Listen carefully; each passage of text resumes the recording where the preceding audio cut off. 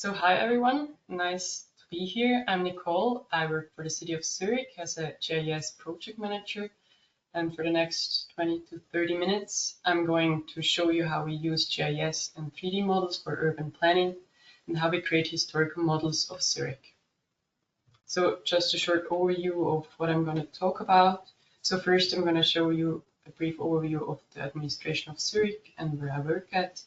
Then I will show you the application Zurich 4D, which is a digital twin of Zurich. Afterwards, I will show you where and how we use 3D GIS in urban planning. And finally, I will show you the historical models that we create. So the city of Zurich, as I said, I work here, but so over 30,000 other people. So let's take a closer look. The administration consists of 9 departments. And my team is allocated at the Department of Planning and Building, and more precisely at the City Planning Office. The City Planning Office coordinates public and private interest in projects of architectural and urban planning nature.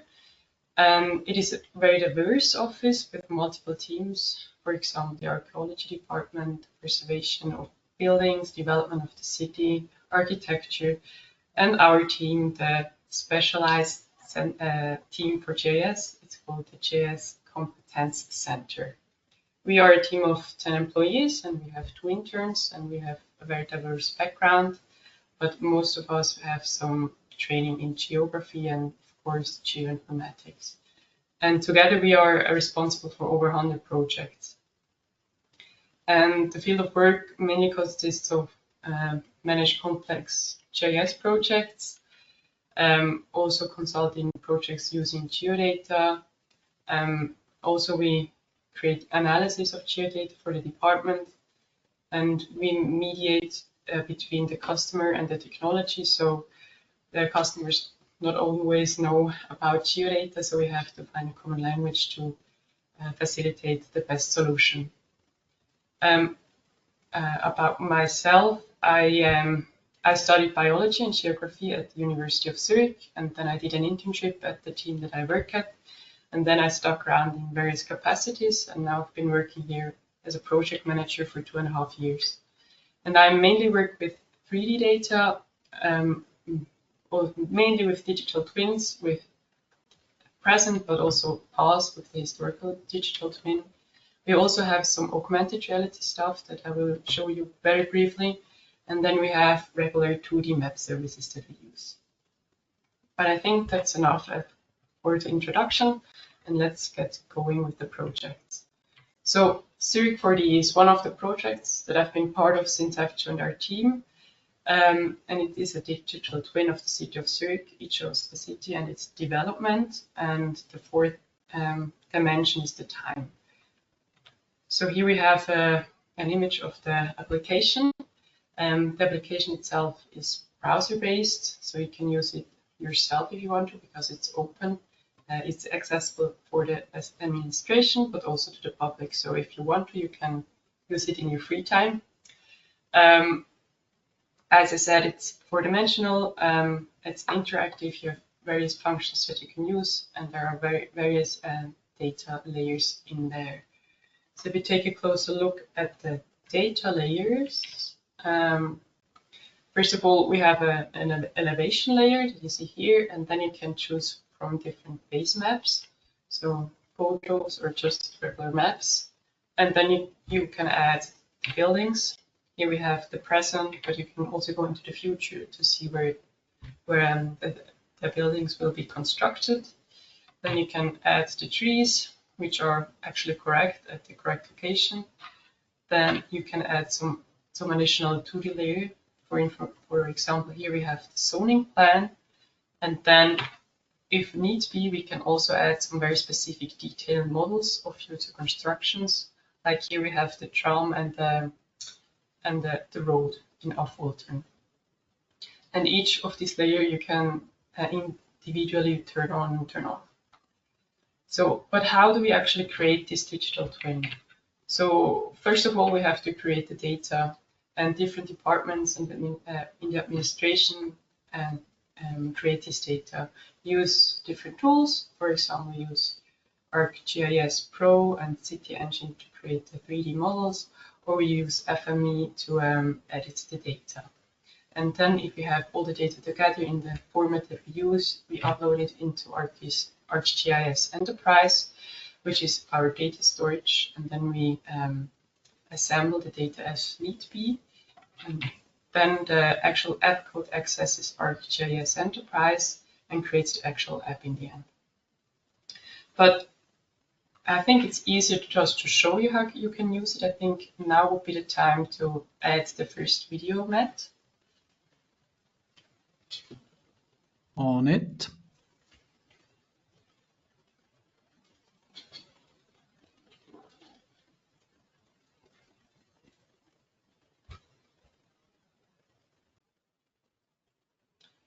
So this video is an overview of the application Zurich 4D. It's a bit older, it's a beta version of the application, but the functions are still the same. Maybe the data is a bit older.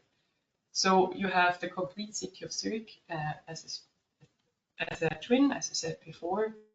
Then one of the main features is the time slider at the bottom, where you can go into the future and see how the city is developing.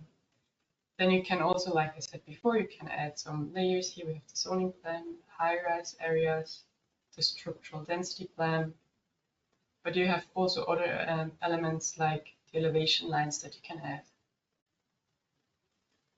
As I said, trees can be added and different base maps can be chosen. Also, you can just zoom in and work in different scales. Here we have a very detailed model of a school called Almend, which we will look at later on. Then there are various functions that you can use. There's a split screen function to compare different models.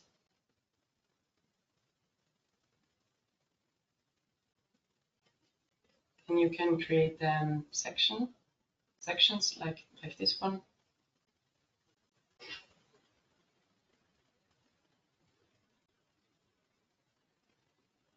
And you can measure distances in 3D. And something that's also very nice feature is you can see how the shadow moves along time. This is the first short overview of Zurich 4D for you, but I encourage you to use it yourself and try out what's actually in there. Let me share again. So here are just a few of the functions that were shown before, but also some other functions like the elevation profile that you can also check out on your own. It's very cool. So how do we actually use this tool in urban planning? So as I said before, Zurich 4D is a tool that we use within the administration, but also it is accessible to the public. Therefore, it is also used as a tool for communication, so we can show the public the urban development and changes over time. So as you've seen before, the time slider on the bottom of the application is the main thing that is used here. And there are different futures that you can look at. So we have today that it's just a twin, then you can have a short-term future and a mid-term future. And now I would like to show you these different time steps. So here we are in Oerlikon in Zurich. In the version of today, the buildings are all white and they are just to showcase that they are already built. And then if you go a bit further into the future, the short-term future, there are buildings that are yellowish and slightly translucent, and these are the buildings that we know are going to be built. They already have applied for a construction permit or already have a construction permit. And then if you go even further into the future, you get the midterm future, and we have now these bluish buildings which are very translucent. They don't have a construction permit or don't even have applied it. So these are not as concrete and as the ones before. But these are buildings that we know that in this area something will happen because there are mostly architectural competitions that are finished and we know how the buildings will look like.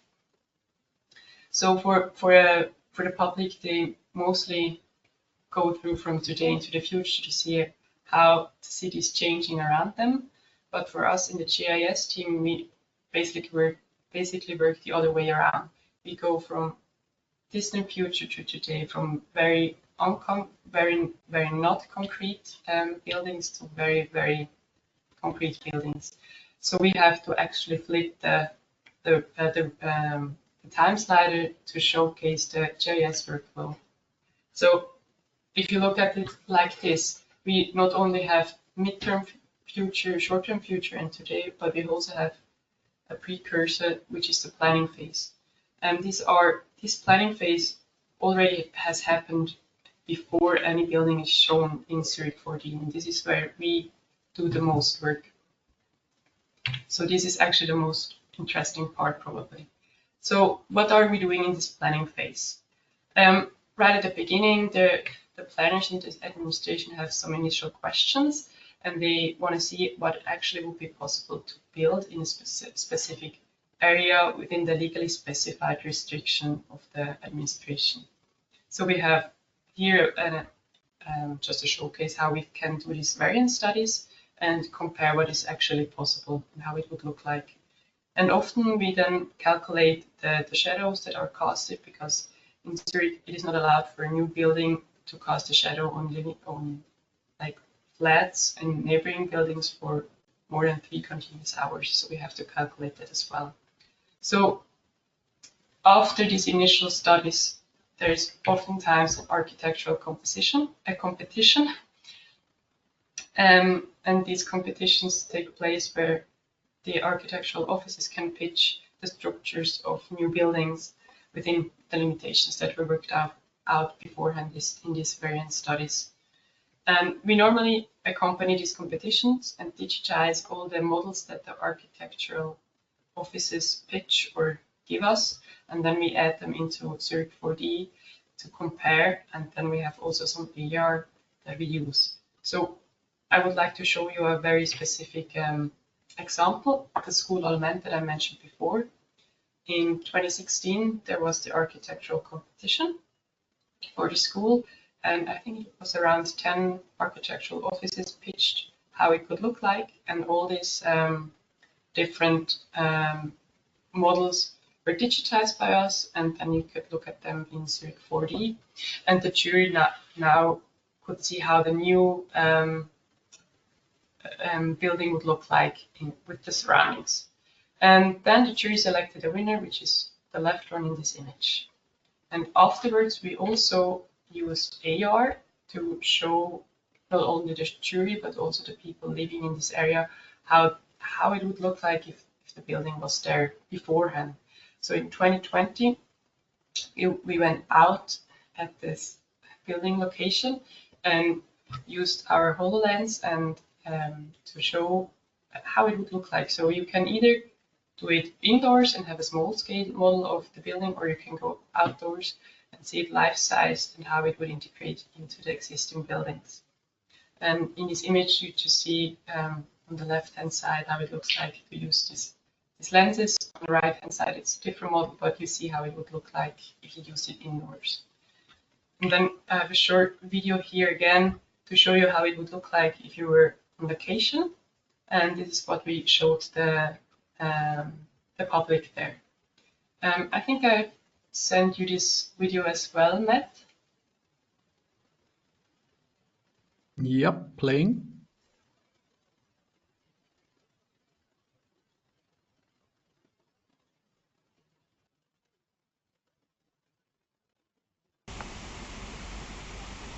There's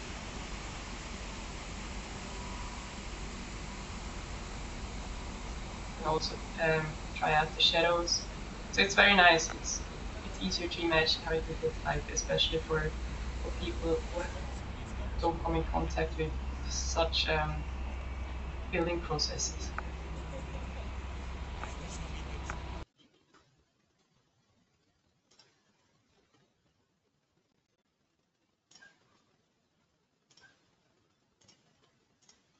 So after another few years, the building then was finished, and it looked like this. So basically the same as in the 3D model. So very good simulation that we did beforehand. Yeah, this is just one example of how we use 3D models in GIS while planning future buildings. But now that we have seen ongoing projects, we also can go back in time and see how we do this for historical models. So, as you may have noticed beforehand, if you go back into Zurich 4D, there are also historical time steps that you can choose from in the time slider. So we have a separate project going on to create historical time steps.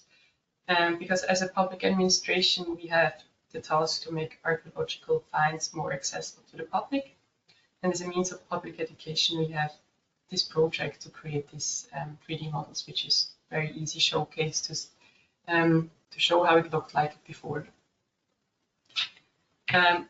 For this project, it started in 2020 and is set to be finished in 2027, so about 2 years to go.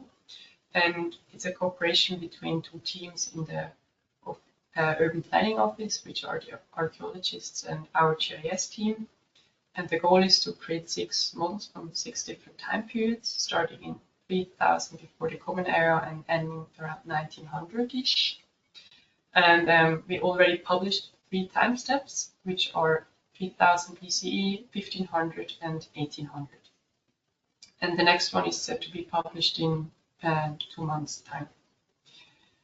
Yeah, and we decided to record all the data as GIS data to be able to easily adjust the models if new archaeological finds dictate that we need to change the models. Yeah, so the image that you see here, this is a rendering of 1500 from our GIS data.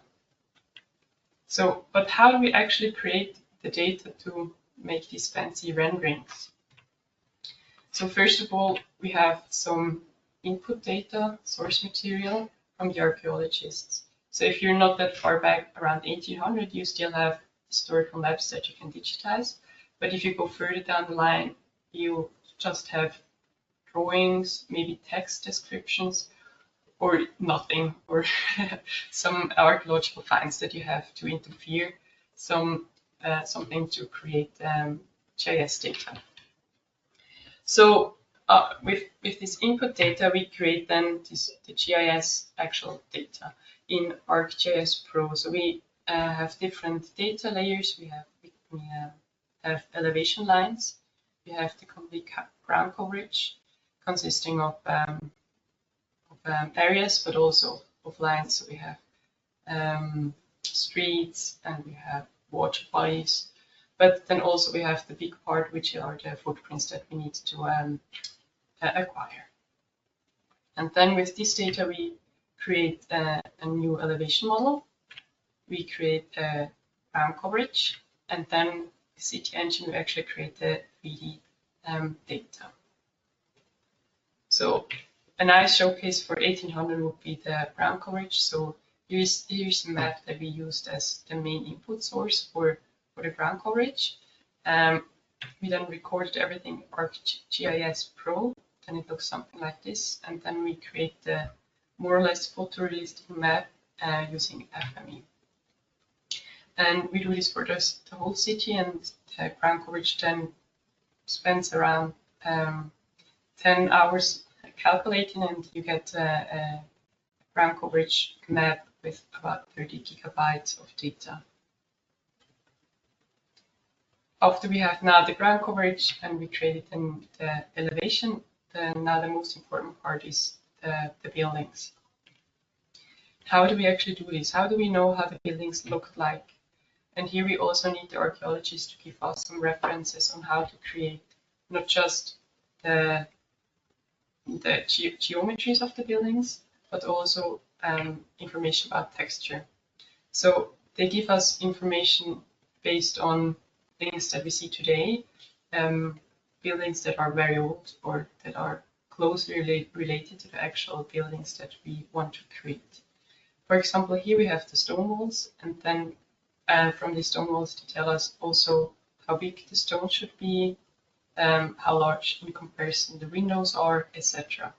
But then they give us also information about how the roofs looked like, what geometries were used there, how high the floors were, and stuff like that. So all this information we then use to create city engine rule files. Here is, I think this is for 1800 as well, where we can create the buildings out of the footprints with these rules.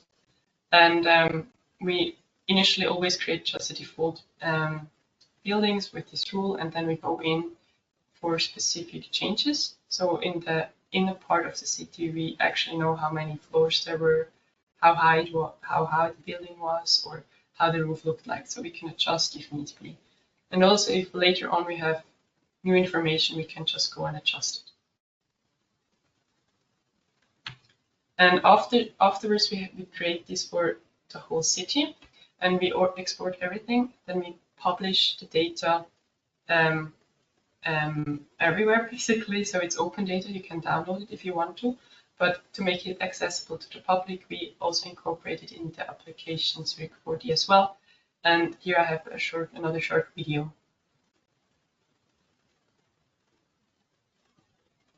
Matt, could you start it?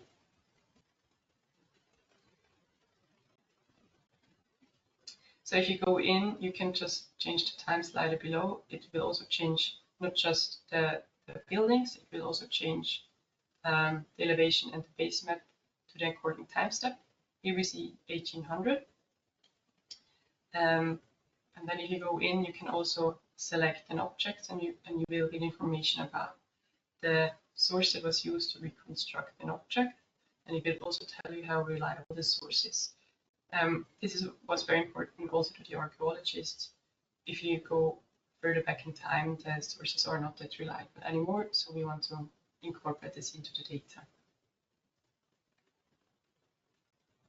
Also, if you go out of the inner part of the city, you will see that there was not much there 5,000 years ago. And then 200 years ago, there was some stuff there, but not that much in comparison to today.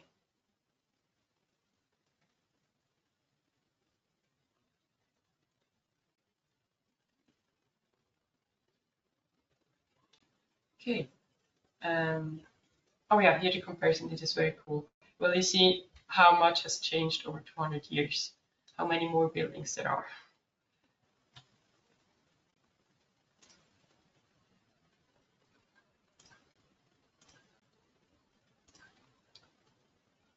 Yeah. So I have two examples to show you what actually we can use these time steps to communicate. For example, here we see the Sechseleutenplatz in front of the Opera House in Zurich, which is a big place that is used for multiple large events every year. And if you go back in time, you will see 1800. It was basically still green, a green area, some water around. But if you go further back 1500, you see how the shoreline is way more inward to the countryside. So it was basically water. And if you go even further back 5,000 years, you will see that there were pile dwellings there, and the archaeologists found some wood from them, so this is a reliable source that there were these pile dwellings. So you see how over time the shoreline has changed, and yeah, it's pretty neat to be able to show this. Then also to go back on the example that we saw before, the school Almend, the area that the school was built in, let's just put in the school. Yeah, it was basically nothing was there 200 years ago. So this comparison just shows how the urbanization took place in the parts outside of the main area of Zurich in the last 200 years. Yeah, this visualization makes it very easy for us to communicate the urbanization and how Zurich changed over time. And yeah, as I said before, the data that we created here is all open government data. You can download it, and you too could create these very nice renderings that we did together with Urban, with our GIS data. And I think it's pretty neat to see what we can do with with all this acquired data now. And yeah, to finish up, I have just a short video again. It's pretty neat just to show you some more circle data. Matt, could you play it for me again?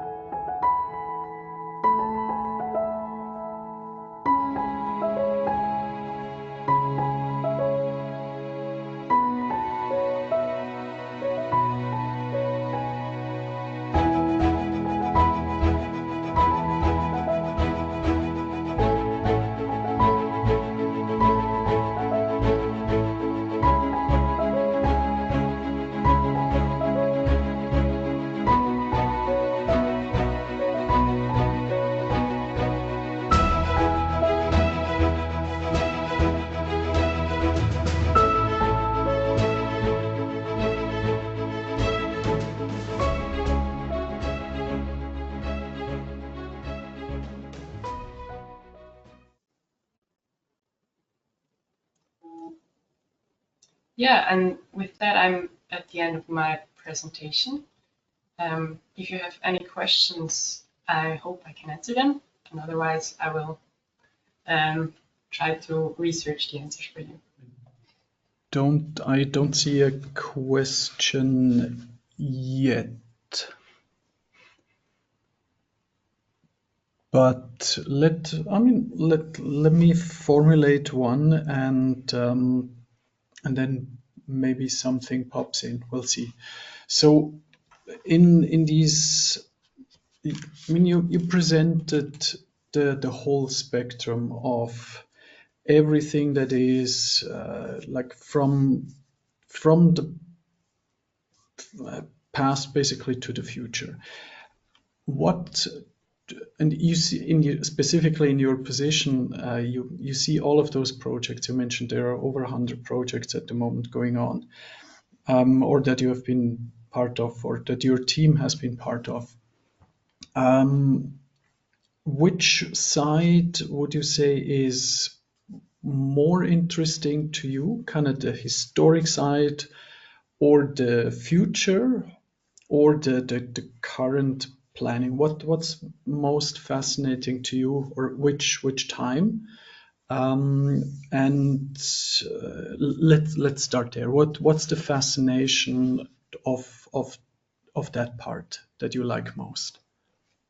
Well, as you said before, it's very diverse, the work that we do. So each project has some parts that are very interesting, but just technologically wise, I would say the historical digital twin was very interesting to create, and to, like, there were so many problems that he had to figure out. So technologically wise, and my learning curve was very big, so very steep. So I think that was, just for me personally, was a very good project to grow, to get new skills. So that was one, or is one, that still fascinates me.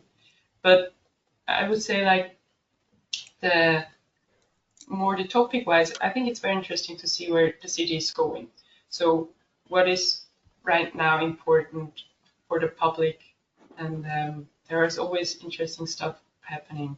So we have, I mean, for the administration, it's very important what the public wants or doesn't want. So it's dictated by the public what we do. But I think it's very interesting to see how the urbanization is changing the structure of the city in the coming years. And I think planning into the future is always very interesting to me. I mean, seeing all of those, let's say, aspects which you covered regarding dealing with the historic fabric of the city, that is something that, I mean, Zurich is really advanced in this kind of on the international arena, and so kind of preserving the old or let's say the or all the information about the older or the old buildings is something that seems to be very. I mean, it's an expensive thing, but it's a very good investment of really taking an emphasis on the preservation of that knowledge. And I mean, we've seen that, like, for the data, the maps, and so on. That's centuries of information is literally stored, and I think there is definitely an advantage of being able to go back kind of in the timeline and see how was the let's say the historic core of the city, how did everything extend and so on, to be able to inform oneself to build a better future. So there are so many places where I've seen, or that I've seen throughout my consulting small career, which I had internationally, where the enforcement of, for example, just the protection of older buildings, it's like just the preservation that they are not like broken down, the buildings, and something, an investment project is built on top of it.